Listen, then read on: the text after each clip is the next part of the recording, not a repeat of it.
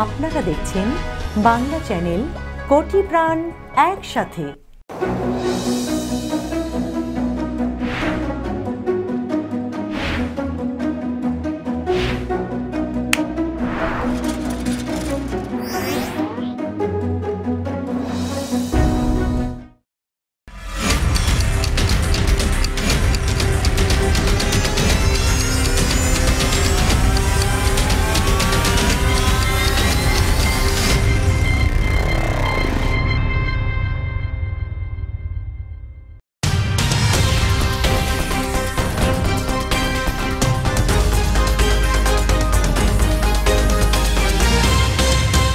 এখন দেখবেন বাংলা সংবাদ সৌজন্যে new Haque and sons, mega homes reality, রূপসীবাংলা.us, খামারবাড়ি, attorney Moin Chowdhury law firm PC এবং নিউ ইয়র্ক ইন্স্যুরেন্স ব্রোকারেজ। প্রিয় দর্শক, মহান বিজয় দিবসের শুভেচ্ছা। 1971 সালে 9 মাসের রক্তক্ষয়ী মুক্তিযুদ্ধ শেষে পাকিস্তানি হানাদার বাহিনী ও তাদের দোসরদের পরাজয়ের আর বাঙালির বিজয়ের দিন আজ। বিজয়ের 49তম বার্ষিকীতে সকল বীর শহীদদের প্রতি বিনম্র শ্রদ্ধা জানিয়ে শুরু করছি আজকের বাংলা চ্যানেল সংবাদ। আপনাদের সঙ্গে আছি আমি মেহরুন বিনতে ফেরদৌস। শুরুতেই জানিয়ে দেব শিরোনাম। বিজয় দিবসে জাতীয় স্মৃতিসৌধে লাখো মানুষের শ্রদ্ধা, সাম্প্রদায়িকতার বীজ বৃক্ষ উপড়ে ফেলার ঘোষণা ওবায়দুল কাদেরের। বিজয় আসলেও মুক্তি আসেনি, বললেন ফখরুল। পরাজিত শক্তি দেশকে আবার 50 বছর আগের অবস্থায় ফিরে নিয়ে যাওয়ার স্বপ্ন দেখছে, মন্তব্য প্রধানমন্ত্রীর। ধর্মকে রাজনীতির হাতিয়ার না করার আহ্বান।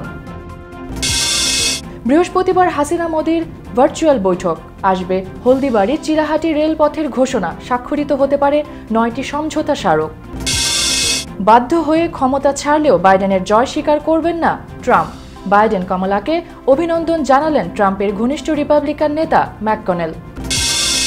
এবং এগিয়ে যাচ্ছে বাংলাদেশ, ভুল পথে 71-এর হায়না পাকিস্তান, দিশেহারা ইমরান খান, সৌদি আরবের ধার মেটাতে চীনের জালে বন্দী। শুনছিলেন শিরোনাম, এবার বিস্তারিত। বিশেষ এই দিনে শুরুতেই বাংলাদেশ প্রসঙ্গ। মহান বিজয় দিবস উপলক্ষে দেশে ও প্রবাসে জাতির শ্রেষ্ঠ সন্তানদের স্মরণ করছে কোটি বাঙালি। করোনা মহামারীতে সীমাবদ্ধতা থাকলেও সাভারের জাতীয় স্মৃতিসৌধে ভিড় করেছে সর্বস্তরের জনতা। বিনম্র শ্রদ্ধায় স্মরণ করছে 71-এর বীর যোদ্ধাদের।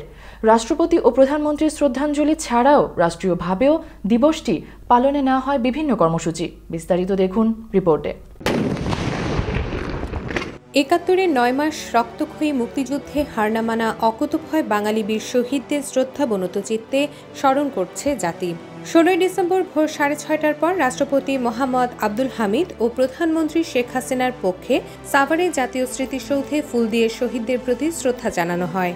রাষ্ট্রপতির পক্ষে তার সামরিক সচিব মেজর জেনারেল SM শামীমুজ্জামান ও প্রধানমন্ত্রীর পক্ষে তার সামরিক সচিব মেজর জেনারেল নকিব আহমেদ চৌধুরী শহীদ বেদিতে পুষ্পস্তবক অর্পণ করেন। এ সময় বিয়োগগুলি বেজে ওঠে করুণ সুর। এরপর জাতীয় সংসদের স্পিকার শিরিন শারমিন চৌধুরী ও মুক্তিযুদ্ধ বিষয়ক মন্ত্রী আকম মোজাম্মেল হকের নেতৃত্বে মন্ত্রিসভার পক্ষ থেকে শ্রদ্ধা নিবেদন করা হয়। রাষ্ট্রীয় শ্রদ্ধা শেষে স্মৃতিসৌধ সর্বসাধারণের জন্য উন্মুক্ত করে দেওয়া হয়। তখন শ্রদ্ধা জানান বিভিন্ন রাজনৈতিক, সামাজিক ও স্বেচ্ছাসেবী সংগঠনের নেতাকর্মীরা। আওয়ামী লীগের পক্ষে সড়ক পরিবহন ও সেতুমন্ত্রী এবং আওয়ামী লীগের সাধারণ সম্পাদক ওবায়দুল কাদের, বিএনপির পক্ষে দলটির মহাসচিব মির্জা ফখরুল ইসলাম আলমগীর শ্রদ্ধা নিবেদন করেন। এ সময় দেশের সাম্প্রদায়িক বিষবৃক্ষ সমূলে উৎপাটনের অঙ্গীকার করেছেন আওয়ামী লীগের সাধারণ সম্পাদক এবং সড়ক পরিবহন ও সেতুমন্ত্রী ওবায়দুল কাদের। তিনি বলেন, সাম্প্রদায়িক বিষবৃক্ষ উপড়ে ফেলতে হবে। মুক্তিযুদ্ধ ও স্বাধীনতার প্রশ্নে কারোর সঙ্গে আপোষ করা হবে না। সাম্প্রদায়িকতার যে বিষবৃক্ষ ডালপালা বিস্তার করেছে, সাম্প্রদায়িক সেই বিষবৃক্ষকে আমরা সমূলে উৎপাটিত করব। এদিকে বিএনপি মহাসচিব মির্জা ফখরুল ইসলাম আলমগীর দেশবাসীকে বিজয়ের শুভেচ্ছা জানিয়ে বলেছেন, বিজয় আসলেও আমাদের কাঙ্ক্ষিত মুক্তি আসেনি। আমাদের সংগ্রাম আমাদের অক্ষুণ্ণ রাখবো, অব্যাহত রাখবো। অবশ্যই ইনশাআল্লাহ আমরা বাংলাদেশকে একটা সত্যিকার অর্থে গণতান্ত্রিক রাষ্ট্রে পরিণত করতে সক্ষম হব। এদিকে করোনা ভাইরাসের প্রকোপ উপেক্ষা করে বিভিন্ন শ্রেণী পেশার মানুষ সকাল থেকেই দলে দলে ৭১-এর শহীদদের প্রতি শ্রদ্ধা জানাতে স্মৃতিসৌধের বেদিতে ফুল দেওয়া শুরু করে। পাশাপাশি শহীদদের প্রতি শ্রদ্ধা জানান রাজনৈতিক, শিল্পী, বুদ্ধিজীবী, মুক্তিযোদ্ধা, পেশাজীবী, শ্রমিক, শিক্ষার্থীরা। ফুলে ফুলে ভরে ওঠে স্মৃতিসৌধের বেদি। Rifat Tasnuva, Bangla channel, news desk. আজ ১৬ই ডিসেম্বর, মহান বিজয় দিবস। বাঙালি জাতির একটি স্বাধীন মানচিত্র ও পতাকা অর্জনের অবিস্মরণীয় একদিন। ১৯৭১ সালের এই দিনে ঢাকার তৎকালীন রেসকোর্স ময়দানে নতমস্তকে আত্মসমর্পণ করেছিল পাকিস্তানি হানাদার বাহিনী। আগামী বছর স্বাধীনতার সুবর্ণ জয়ন্তী, বিজয়ের ৫০ বছরের প্রাক্কালে ইতিহাসের স্বর্ণালী দিনটিকে উদযাপন করেছে জাতি। বিস্তারিত দেখুন রিপোর্টে।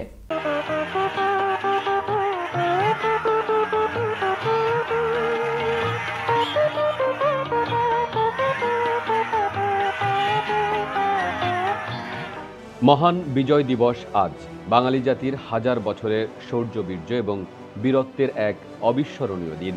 বীরের জাতি হিসেবে আত্মপ্রকাশ করার দিন। পৃথিবীর মানচিত্রে বাংলাদেশ নামে একটি স্বাধীন ভূখণ্ডের নাম জানান দেওয়ার দিন।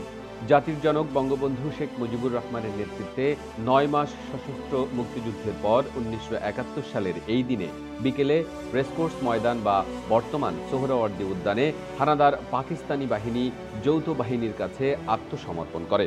বিশ্বের মানচিত্রে অভ্যুদয় ঘটে নতুন রাষ্ট্র বাংলাদেশের। তবে একদিনেই আমরা এই বিজয় অর্জন করতে পারিনি। এর পেছনে রয়েছে দীর্ঘ ৯ মাস রক্তক্ষয়ী লড়াই, যে লড়াইয়ে লাখো প্রাণের বিনিময়ে ১৯৭১ সালের আজকের দিনে অর্জিত হয় আমাদের স্বাধীনতা। জাতি আজ গভীর শ্রদ্ধা আর ভালোবাসায় স্মরণ করছে সেই সব শহীদদের, যাদের আত্মত্যাগের বিনিময়ে অর্জিত হয়েছে আমাদের প্রিয় স্বাধীনতা। এবার বিজয়ের ৪৯তম বার্ষিকী। আগামী বছর স্বাধীনতার সুবর্ণ জয়ন্তী। জাতির জনক বঙ্গবন্ধু শেখ মুজিবুর রহমানের জন্মশতবার্ষিকীও আগামী বছর। সব মিলিয়ে এবারের বিজয়ের উদযাপনে ভিন্ন মাত্রা যোগ হয়। তবে করোনা মহামারী পরিস্থিতির কারণে এবার মহান বিজয় দিবস পালনে স্বাস্থ্যবিধি মেনে চলার নির্দেশনা ছিল দেশে ও প্রবাসে। বিজয় দিবস উপলক্ষে মঙ্গলবার থেকেই ঢাকা সহ সারা দেশে সরকারি, আধা সরকারি, স্বায়ত্তশাসিত ও বেসরকারি ভবনে গুরুত্বপূর্ণ সড়ক দ্বীপ ও মোড় আলোকসজ্জিত করা হয়। জাতীয় পতাকা শোভা পায় আঙিনায়।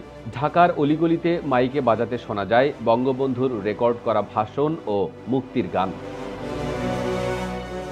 বিজয় দিবসে জাতি স্মরণ করে সেই সব বীর সেনানীদের, সেই সব গণমানুষকে যারা শোষণ বঞ্চনার অবসান ঘটিয়ে অনাগত ভবিষ্যৎ প্রজন্মের জন্য একটি দেশ উপহার দিয়েছেন। আজ ৭১-এ পাকিস্তানি হায়েনা বাহিনীর বাংলাদেশি দোসর, খুনি, রাজাকার ও আলবদরদের ঘৃণা ভরে ধিক্কার জানানোর দিন। ১৯৭০ সালের নির্বাচনের প্রেক্ষাপট থেকে ৭১-এর ৭ই মার্চের বঙ্গবন্ধুর ঐতিহাসিক ভাষণ, এবারের সংগ্রাম মুক্তির সংগ্রাম।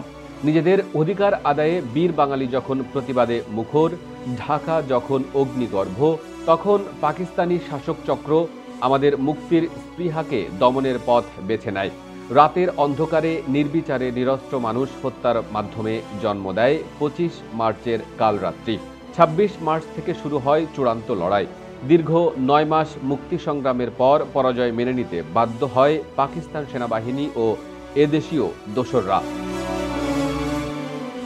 বিজয়ের ৫০ বছরের প্রাক্কালে আবারও মাথাচাড়া দিয়ে উঠেছে ৭১-এর ঘাতক দালালরা। সেই ৭১-এর সুরেই তারা আবার দেশকে ফিরিয়ে নিতে চাইছে শৃঙ্খলের দিনে। বাঙালি মাথা নোয়াবার নয়। ৭১-এ যেভাবে ভিন্ন শক্তিকে পরাজিত করেছিল, ঠিক সেভাবেই বাঙালি আবারও ঘুরে দাঁড়াবে সমৃদ্ধ বাংলাদেশের চেতনায়। পরাজিত হবে দেশ বিরোধী ষড়যন্ত্রকারীরা। বিজয়ের এই দিনে বাংলা চ্যানেল গভীর শ্রদ্ধা জানাচ্ছে ৭১-এর বীর শহীদ, অগণিত নির্যাতিত মা বোন ও বীর মুক্তিযোদ্ধাদের। CM Shafiq, Bangla channel, news desk. ধর্মকে রাজনীতির হাতিয়ার না করার আহ্বান জানিয়েছেন প্রধানমন্ত্রী শেখ হাসিনা। বিজয় দিবস উপলক্ষে জাতির উদ্দেশ্যে দেয়া এক ভাষণে তিনি এসব কথা বলেন। প্রধানমন্ত্রী তার ভাষণে বলেন, বিজয়ের 50 বছর পূর্তিতে বাংলাদেশ যে উন্নতির ধারায় এগিয়ে চলেছে তা স্বাধীনতা বিরোধীর মাথা ব্যথার কারণ হয়ে দাঁড়িয়েছে। তারা চায় দেশটাকে অর্ধ শতক আগে পিছিয়ে দিতে। বিস্তারিত দেখুন রিপোর্টে। বাংলাদেশের সকল নাগরিককে আমি বিজয় দিবসের আন্তরিক শুভেচ্ছা জানাচ্ছি। দেশ ও প্রবাসে ছড়িয়ে ছিটিয়ে থাকা বাঙালিদের বিজয় দিবসের শুভেচ্ছা জানিয়ে প্রধানমন্ত্রী শেখ হাসিনা বলেন, বাংলাদেশের মানুষ ধর্মপ্রাণ, ধর্মান্ধ নয়। ধর্মকে রাজনীতির হাতিয়ার করবেন না। প্রত্যেকে নিজ নিজ ধর্ম পালনের অধিকার রাখেন। বাংলাদেশ সাম্প্রদায়িক সম্প্রীতির দেশ।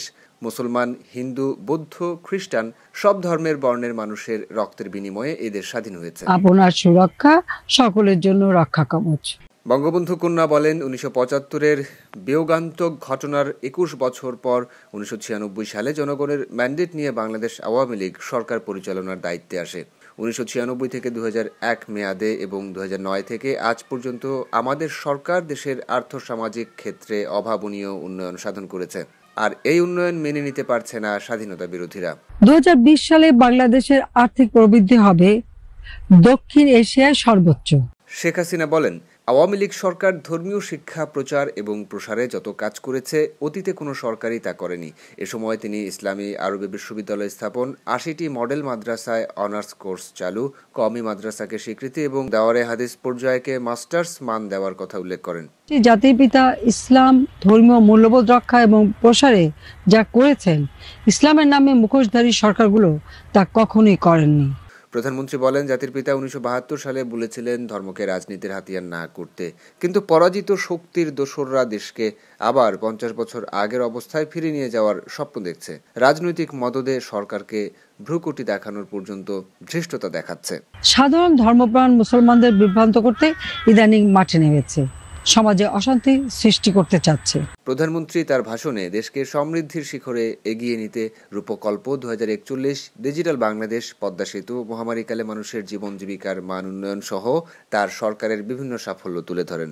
আন্তর্জাতিক মহলে বাংলাদেশ আজ একটি সমীহের নাম। সাইফুল রুদ্র, বাংলা চ্যানেল নিউজ ডেস্ক। অর্থনৈতিকভাবে ভঙ্গুর বাংলাদেশ নয়।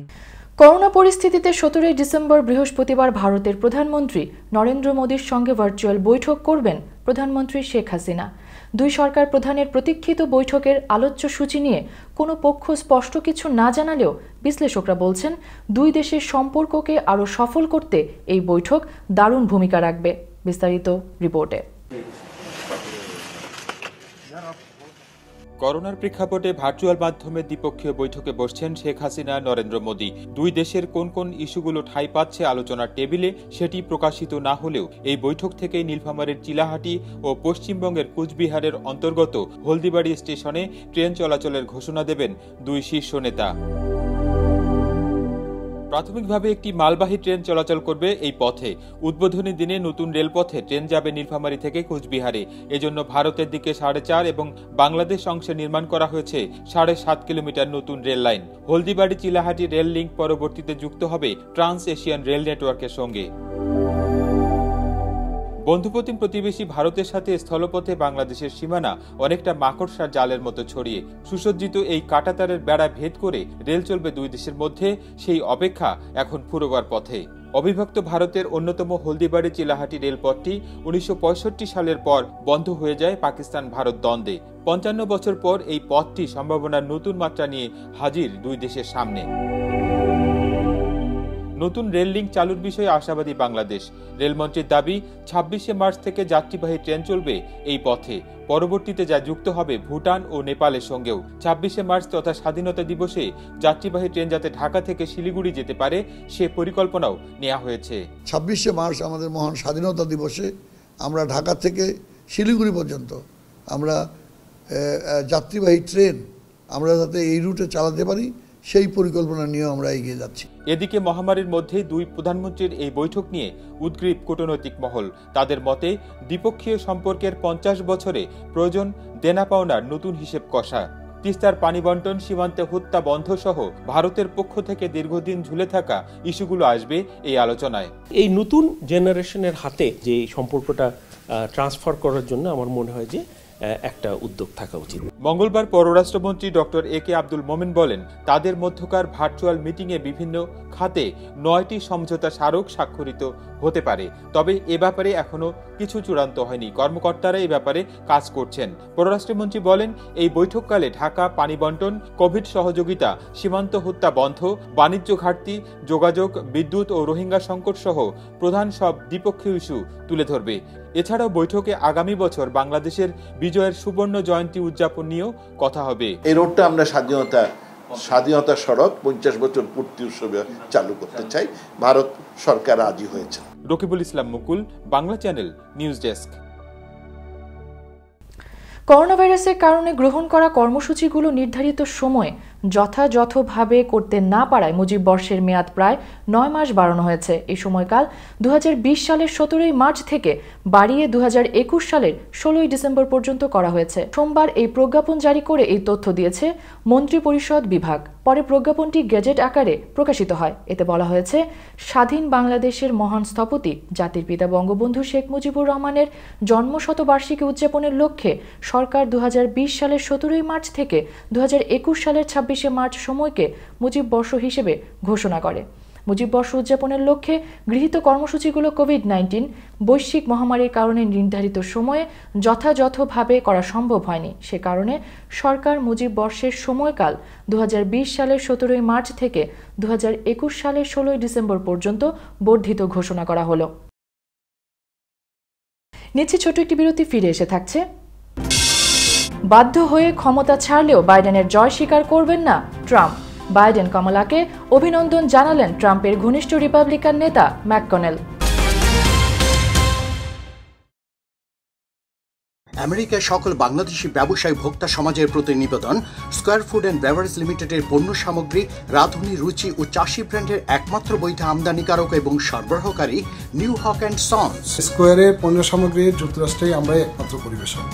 বাংলাদেশি কিছু অসাধু ব্যবসায়ী খুচরা বাজার থেকে মেয়াদোত্তীর্ণ পণ্য সরবরাহ করছে। তাই যুক্তরাষ্ট্রের সকল ব্যবসায়ী ভোক্তাদের অনুরোধ করা যাচ্ছে, পণ্য ক্রয়ের পূর্বে new Haque and sons coding করা দেখে কিনুন। ফ্রেশ মাংস ও দেশি মাছ কেনার কথা ভাবছেন? আমরা শুধুই হালাল ফ্রেশ মাংস ও দেশি মাছ বিক্রি করি। জ্যাকসন হাইটসে আমরা নতুন, কিন্তু অন্যান্যদের সাথে আমাদের হালাল ফ্রেশ মাংস ও দেশি মাছের তুলনা করলেই বুঝতে পারবেন তাদের সাথে আমাদের পার্থক্য। আমরা নিশ্চিত আপনি একবার আমাদের মাছ মাংসের স্বাদ পেলে আর অন্য কোথাও যাবেন না। শুধু একবার আমাদের মাছ মাংস পরখ করে দেখুন। আপনাদের সুবিধার্থে আমরা এখন জ্যাকসন হাইটসের আপনা বাজারের ভিতরে। Mama's halal meat and fish, 7220 37th avenue, Jackson Heights, New York 11372. Phone 718-685-2855.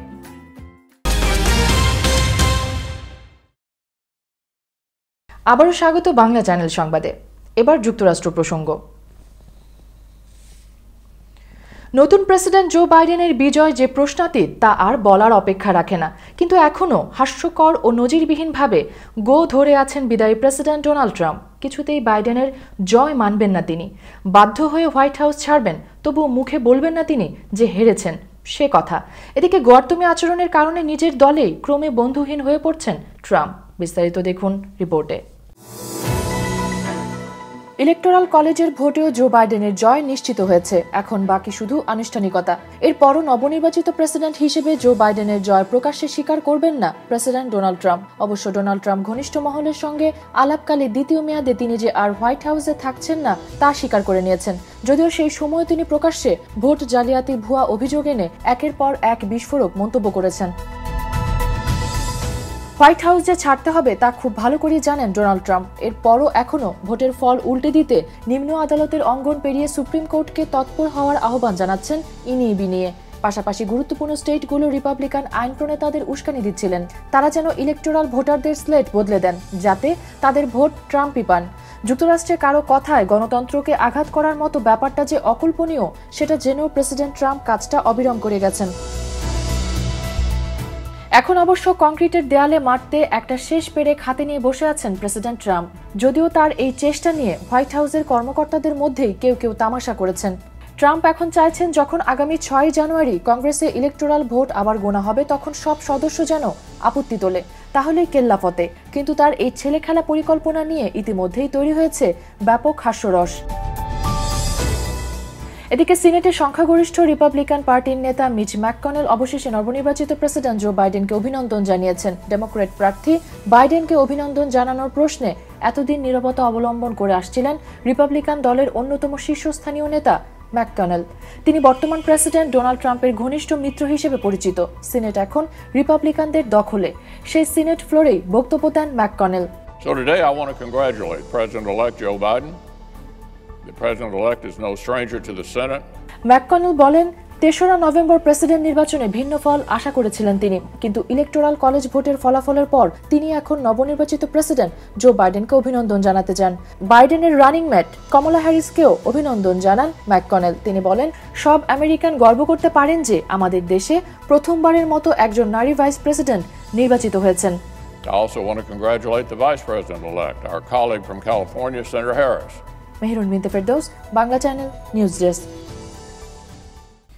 টিকা প্রয়োগের তোড়জোড়ের মধ্যেই যুক্তরাষ্ট্রের রুদ্র রূপ ধারণ করেছে করোনা ভাইরাস সংক্রমণের দ্বিতীয় ঢেউ। মঙ্গলবার ২৪ ঘণ্টায় প্রায় ২ লাখ সংক্রমিত এবং ৩,০০০ মানুষের মৃত্যুর রেকর্ড হয়েছে। আসন্ন বড়দিনের বিভিন্ন অনুষ্ঠানকে কেন্দ্র করে আরও ভয়াবহ পরিস্থিতির আশঙ্কা করছেন বিশেষজ্ঞরা। যদিও আশার আলো দেখাচ্ছে ফাইজার ও মডার্নার ভ্যাকসিন। বিস্তারিত রিপোর্টে। করোনা ভাইরাস মহামারী যেন আষ্টে পৃষ্ঠে বেঁধে ফেলেছে যুক্তরাষ্ট্রকে। দ্বিতীয় সংক্রমণের ঢেউটা বেশ আতঙ্ক ছড়াচ্ছে বিভিন্ন স্টেটে। অনেক স্টেটে রোগীর সংখ্যা এত বেশি যে হাসপাতালেও ঠাঁই নেই। এর মধ্যেই গত ২৪ ঘণ্টায় করোনায় আরও ২,৯৭৬ জনের মৃত্যু হয়েছে। একই সময়ে আক্রান্ত হয়েছে আরও ১,৯৯,৮৭৫ জন। যুক্তরাষ্ট্রে করোনার মোট সংক্রমণ প্রায় ১,৭১,৪৪,০০০। এখন পর্যন্ত মারা গেছে প্রায় ৩,১১,০০০। এদিকে করোনার লাগাম টেনে ধরতে যুক্তরাষ্ট্র আরও একটি টিকার অনুমোদন দিতে যাচ্ছে। ফাইজার বায়োএনটেকের টিকা প্রয়োগ শুরুর একদিন পর মডার্নার করোনা টিকা অনুমোদনের ঘোষণা দিয়েছে খাদ্য ও ওষুধ প্রশাসন FDA। সংস্থাটি বলেছে মডার্নার টিকা নিরাপদ এবং এটির কার্যকারিতা 94%। প্রতিষ্ঠানটির এই মূল্যায়ন মডার্নার টিকার ব্যবহারের পথকে উন্মুক্ত করেছে, ফলে কিছুটা আশার আলো দেখছেন বিশেষজ্ঞরা। Which really would help us then not only protect against this disease, but also potentially eliminate virus circulation from the population. মডার্নার টিকার বিষয়ে FDA ৫৪ পৃষ্ঠার একটি গবেষণা প্রতিবেদন প্রকাশ করেছে। সেখানে বলা হয়েছে টিকাটিতে বিশেষ কোনো নিরাপত্তা ঝুঁকি নেই, মারাত্মক ক্ষতিকর পার্শ্ব প্রতিক্রিয়াও নেই। টিকাটির কার্যকারিতা ৩০,০০০ মানুষের ওপর পরীক্ষা করে দেখা হয়েছে। সেখানে ৯৪.১% কার্যকারিতার তথ্য পাওয়া গেছে। অন্যদিকে সোমবার থেকে বিভিন্ন স্টেটে ফাইজার বায়োএনটেকের তৈরি করোনা টিকার প্রয়োগ শুরু হয়েছে। মঙ্গলবার এর পরিসর বাড়ানো হয়েছে, কিন্তু তারপরও অনেকের মনেই এখনও এই টিকা নিয়ে সংশয় রয়ে গেছে। এ অবস্থায় এই সংশয়বাদী মানুষের সংশয় দূর করতে বিশেষ উদ্যোগ নিচ্ছে ট্রাম্প প্রশাসন। এর ফলে মানুষ টিকা নিতে আগ্রহী হবে বলে ধারণা তাদের। Assuming the authorization by the FDA of the Moderna vaccine, we would expect to ship 5.9 million doses of Moderna vaccine from this very facility. Kaniz Fatema Nipa, Bangla channel, news desk. এবার আন্তর্জাতিক প্রসঙ্গ।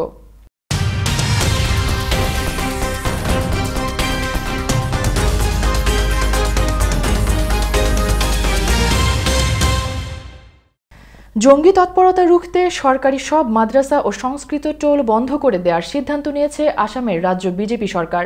বিধানসভার শীতকালীন অধিবেশনে এই ব্যাপারে বিল পেশ করা হবে বলে জানা গেছে। এই মাদ্রাসাগুলোকে সাধারণ স্কুলে রূপান্তর করা হবে। রবিবার রাজ্যে মন্ত্রিসভায় এই সংক্রান্ত প্রস্তাব পাশ হয়েছে বলে জানিয়েছেন আসামের সংসদ বিষয়ক মন্ত্রী চন্দ্রমোহন পাটোয়ারি। তিনি বলেন, রাজ্য বিধানসভার শীতকালীন অধিবেশনে এই সংক্রান্ত একটি বিল পেশ করা হবে। মাদ্রাসা ও সংস্কৃত টোল সম্পর্কিত বিদ্যমান আইন বাতিল করা হবে। ২৮শে ডিসেম্বর থেকে আসাম বিধানসভার শীতকালীন অধিবেশন শুরু হওয়ার কথা রয়েছে। শিক্ষামন্ত্রী হিমন্ত বিশ্ব শর্মা আগেই জানিয়েছিলেন আসামের প্রায় ৬০০টি মাদ্রাসা বন্ধ করার পরিকল্পনা রয়েছে রাজ্য সরকারের। নাইজেরিয়ার উত্তর পশ্চিমাঞ্চলের কাটসিনা অঙ্গরাজ্যের একটি বালক স্কুলের কয়েকশো ছাত্রদের অপহরণের দায় স্বীকার করেছে দেশটির মুসলিম সন্ত্রাসী সংগঠক বোকো হারাম। অডিও বার্তায় নিজেকে বোকো হারামের প্রধান হিসেবে উল্লেখ করে এক ব্যক্তি এই দায় স্বীকার করেন। নিখোঁজ শিক্ষার্থীদের প্রকৃত সংখ্যা এখনও পরিষ্কার নয়। নাইজেরিয়ার সামরিক বাহিনীর মুখপাত্র জেনারেল জন এননেচ সোমবার টেলিভিশন চ্যানেলগুলোকে জানান ৩৩৩ জন ছাত্র নিখোঁজ রয়েছে। গত ১১ ডিসেম্বর কানহারা শহরের একটি সরকারি বিজ্ঞান মাধ্যমিক স্কুলে ভারী অস্ত্রে সজ্জিত বন্দুকধারীরা গোলাগুলি চালিয়ে ছাত্রদের অপহরণ করে নিয়ে যায়। Islamic state in West Africa Province বা বোকো হারাম নামে পরিচিত জঙ্গি গোষ্ঠীটি গত কয়েক বছর ধরে নাইজেরিয়ার উত্তর পূর্ব অঞ্চল সহ প্রতিবেশী ক্যামেরন, চাদ ও নাইজারে সন্ত্রাসী কার্যক্রম চালিয়ে আসছে। বোকো হারাম ২০১৪ সালে চিবক শহরের একটি বালিকা স্কুল থেকে কয়েকশো ছাত্রীকে অপহরণ করেছিল। ধর্ষণের দ্রুত বিচার নিশ্চিত করা এবং শাস্তি কঠোর করার লক্ষ্যে নতুন ধর্ষণ বিরোধী অধ্যাদেশে স্বাক্ষর করেছেন পাকিস্তানের রাষ্ট্রপতি। এতে অপরাধীদের রাসায়নিকভাবে খোঁজাকরণের মতো বিধান করা হয়েছে। প্রধানমন্ত্রী ইমরান খান ও তার মন্ত্রিসভা গত মাসে অধ্যাদেশটির অনুমোদন দেন। মঙ্গলবার প্রেসিডেন্ট আরিফ আলভি এটিতে স্বাক্ষর করেন। পরবর্তী ১২০ দিনের মধ্যে সংসদে উত্থাপনের মাধ্যমে এটিকে চূড়ান্তভাবে আইন হিসেবে প্রতিষ্ঠা করতে পারবে পাকিস্তান সরকার। ততদিন পর্যন্ত অধ্যাদেশটি বলবৎ থাকবে। যৌন নিপীড়কদের জাতীয় তালিকা তৈরি করা, যৌন অপরাধের শিকার ভুক্তভোগীদের গোপনীয়তা ও সুরক্ষা নিশ্চিত করা এবং ক্ষেত্র বিশেষে অপরাধীদের রাসায়নিকভাবে খোঁজাকরণের মতো বিধান থাকছে এই অধ্যাদেশে। লাহোর শহরের উপকণ্ঠে এক নারীকে গণধর্ষণের ঘটনা প্রকাশিত হলে জনরোষ তৈরি হওয়াকে কেন্দ্র করে এই নতুন আইন প্রণীত হলো। সাংবাদিকদের সুরক্ষায় কাজ করা যুক্তরাষ্ট্র ভিত্তিক পর্যবেক্ষক সংস্থা committee to protect journalist CPJ এর এক প্রতিবেদনে বলা হয়েছে, এই বছর দায়িত্ব পালন করতে গিয়ে কারাবন্দী হয়েছে রেকর্ড সংখ্যক সাংবাদিক। সংস্থাটির অভিযোগ, করোনা ভাইরাস মহামারীতে এই বছর দুনিয়া জুড়ে সরকারগুলো সংবাদ মাধ্যম দমনের চেষ্টা করেছে। আবার অন্যদিকে ক্রমবর্ধমান ভুয়া তথ্যের মোকাবেলাও করতে হয়েছে সাংবাদিকদের। ওই প্রতিবেদনে বলা হয়েছে, এই বছর বিশ্বজুড়ে কারাবন্দী হয়েছে অন্তত ২৭৪ জন সাংবাদিক, যা সংস্থাটি রেকর্ড রাখা শুরুর পর থেকে এক বছরে সর্বোচ্চ সংখ্যক বন্দী হওয়ার রেকর্ড। প্রতিবেদনে বলা হয়েছে, নিরাপত্তা বাহিনীর হেফাজতে থাকা অবস্থায় করোনা ভাইরাসে আক্রান্ত হয়ে মারা গেছে অন্তত ২ জন সাংবাদিক। সিপিজে বলছে, বিক্ষোভ আর রাজনৈতিক উত্তেজনার কারণে গ্রেফতার হয়েছে বহু সাংবাদিক। বেশিরভাগ গ্রেফতারের ঘটনা ঘটেছে চীন, তুরস্ক, মিশর ও সৌদি আরবে। নিচে আরও একটি বিরতি, ফিরে এসে থাকছে। এগিয়ে যাচ্ছে বাংলাদেশ, ভুল পথে ৭১-এর হায়না পাকিস্তান, দিশেহারা ইমরান খান, সৌদি আরবের ধার মেটাতে চীনের জালে বন্দী।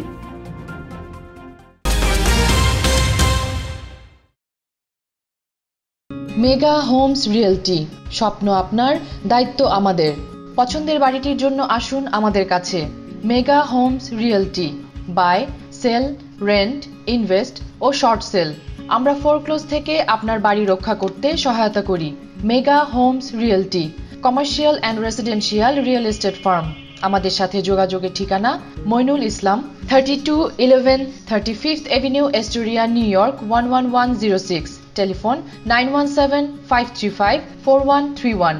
Email moinul4@gmail.com। নিরাপত্তা নিয়ে উদ্বিগ্ন? বিশ্বের যে কোনো প্রান্তে বসে নজর রাখুন বাড়ি, অফিস বা ব্যবসা প্রতিষ্ঠান। আপনার পরিবার, কর্মক্ষেত্র বা প্রতিষ্ঠানের টোটাল সিকিউরিটি সলিউশন নিশ্চিত করতে digital security system and networking inc বিশ্বস্ত একটি নাম। Weatherproof night vision, CC camera, networking, installation এবং সার্বিক সেবায় রয়েছে আমাদের দক্ষ টিম ও অভিজ্ঞতা। যোগাযোগ করুন MD Ziaur Rahman Chowdhury, Litu, 16709 hillside avenue, second floor, suite 2A, Jamaica, new York 11432। Cellphone number 9418223090। Email lituchaudhuri2009@yahoo.com। আপনার নিশ্চিন্ত নিরাপত্তা আমাদের স্বস্তি।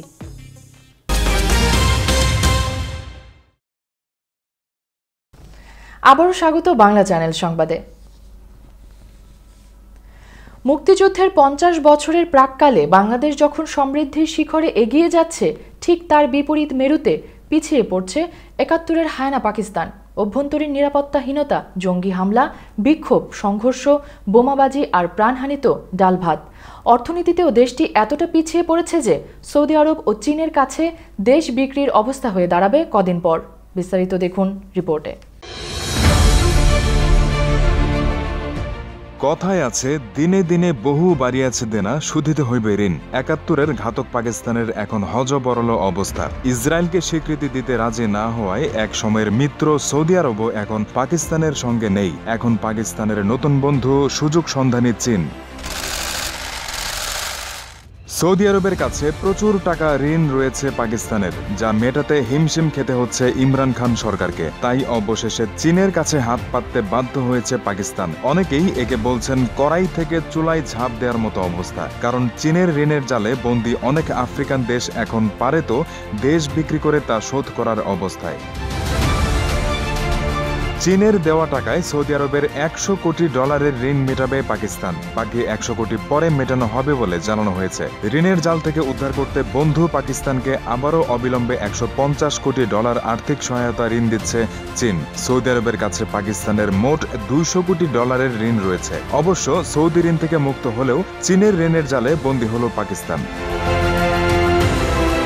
এমন প্রেক্ষাপটে আন্তর্জাতিক বিশ্লেষকরা বলছেন কোন পথে চলেছে পাকিস্তান। গোটা বিশ্বে এমনিতেই সন্ত্রাসের আশ্রয়দাতা হিসেবে কোণঠাসা ইমরান খানের দেশ। জঙ্গি গোষ্ঠীগুলোকে আর্থিক মদত দেওয়ার অভিযোগে ঢুকতে হয়েছে FTF এর ধূসর তালিকায়। এবার জানা যাচ্ছে দেশের অধিকাংশ মানুষও মনে করছেন পাকিস্তান চলেছে একদম ভুল পথে। সাম্প্রতিক এক সমীক্ষায় এমন চিত্রই উঠে এলো।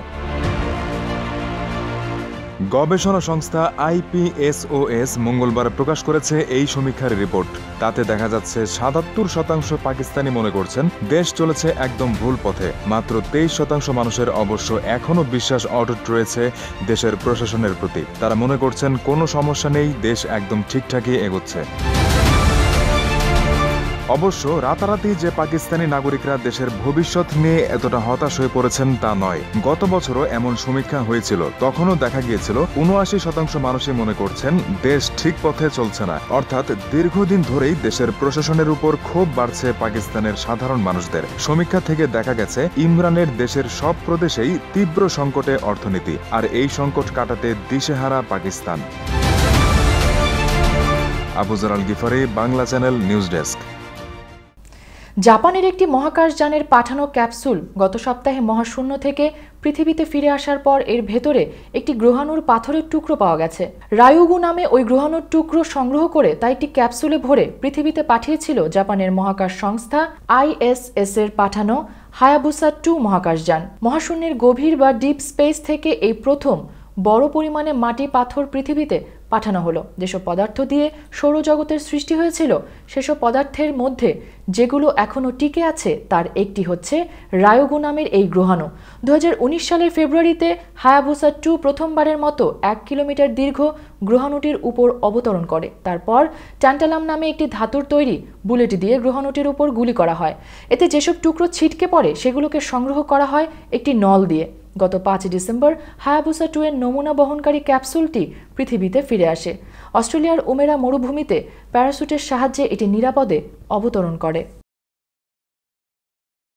বাংলাদেশ থেকে নৌকা করে রোহিঙ্গা পাচারের ভয়াবহ দৃশ্য উঠে আসলো এক ভিডিওতে। এতে দেখা যাচ্ছে রোহিঙ্গাদের নির্মমভাবে পেটাচ্ছে মানব পাচারকারীরা। বার্তা সংস্থা AFP এই ভিডিও প্রকাশ করে। এই মানব পাচারকারীর মোবাইলে ভিডিওটি ধারণ করা হয়। পরবর্তীতে ওই মানব পাচারকারী নৌকাটি থেকে পালিয়ে যায়।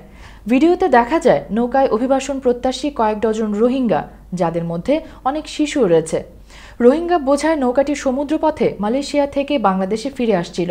1 মাস অনুসন্ধানের পর এই বিষয়ে টেকনাফের শরণার্থী ক্যাম্পে এক রোহিঙ্গা কিশোর থেকে বক্তব্য পায় AFP। 16 বছর বয়সী মোহাম্মদ ওসমান বলে, আমরা খাবার নিয়ে অভিযোগ তোলায় তারা আমাদের মারা শুরু করেছিল।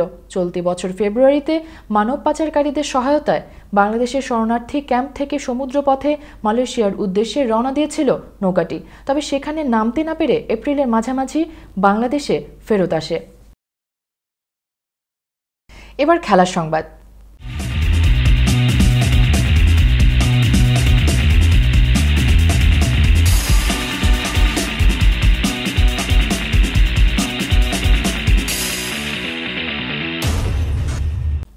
লকডাউনের সময় শিশুদের সক্রিয় থাকতে সাহায্য করায় দেশটির ঐতিহ্যবাহী কেনিংটন ওভাল স্টেডিয়ামে বিশেষ সম্মান পেলেন বাংলাদেশের সাবেক ক্রিকেটার শহীদুল আলম রতন। 24 ঘন্টার জন্য কেনিংটন ওভাল স্টেডিয়ামের নাম রাখা হয় KIA শহীদুল আলম রতন ওভাল। বর্তমানে লন্ডন ক্রিকেট চ্যারিটির নেতৃত্বে রয়েছেন রতন। করোনা মহামারীতে ক্রীড়াক্ষেত্রে অবদান রাখায় তৃণমূলের ক্রীড়াকর্মী এবং স্বেচ্ছাসেবকদের সম্মানিত করতে নানান উদ্যোগ নিয়েছে ইংল্যান্ডের প্রায় 250 বছর পুরনো স্টেডিয়াম কেনিংটন ওভাল। লকডাউনে প্রশংসনীয় অবদান রাখায় বাংলাদেশের সাবেক উইকেট রক্ষক ব্যাটসম্যান শহীদুল আলম রতনকে সম্মান দিতে 24 ঘন্টার জন্য রতনের নামে ঐতিহাসিক এই স্টেডিয়ামের নামকরণ করা হয়। টেস্ট পূর্ববর্তী যুগে 80 ও 90-এর দশকে উইকেট রক্ষক হিসেবে খেলা রতন বর্তমানে ক্যাপিটাল কিডস ক্রিকেটের প্রধান নির্বাহীর দায়িত্ব পালন করছেন।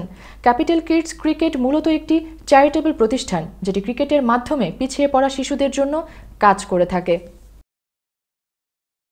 এবার সংস্কৃতি সংবাদ।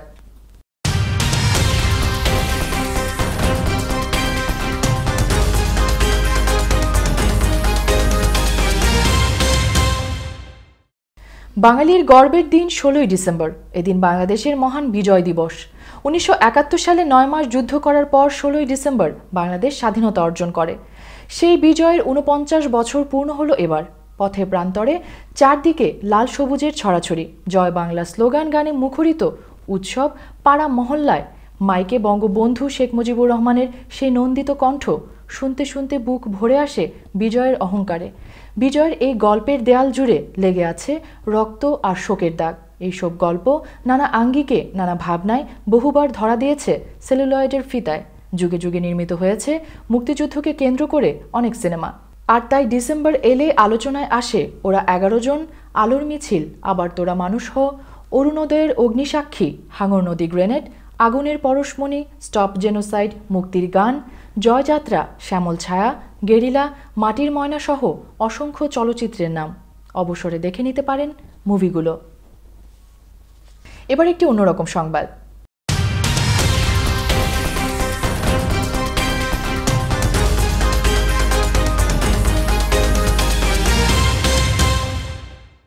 মোবাইল নিয়ে খেলছিল 6 বছরের ছেলে। সেই খেলার ছলে মায়ের অ্যাকাউন্ট থেকে গচ্চা গেল বাংলাদেশি মুদ্রায় প্রায় 11 লাখ টাকা। মা যতক্ষণে টের পেয়েছেন ততক্ষণে সর্বনাশ যা হওয়ার হয়ে গেছে। শিশুটির মা নালিশ করেও হেরে গেছেন।